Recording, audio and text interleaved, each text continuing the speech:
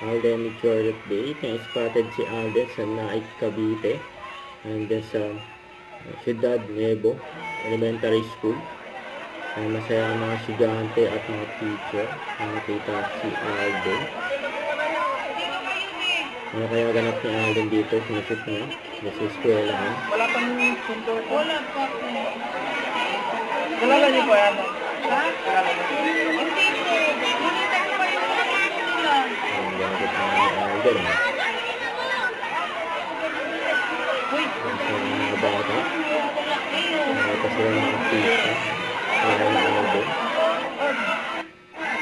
Sa akin, back for the next year, so sila yung so, lang sa 600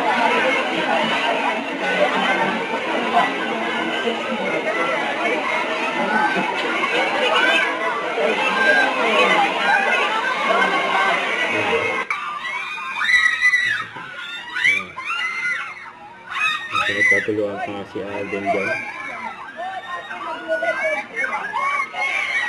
Naglit pa nga yung camera eh. Ang dami isang ka-picture kay Alden.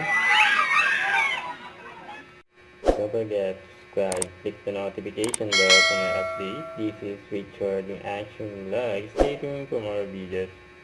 See ya.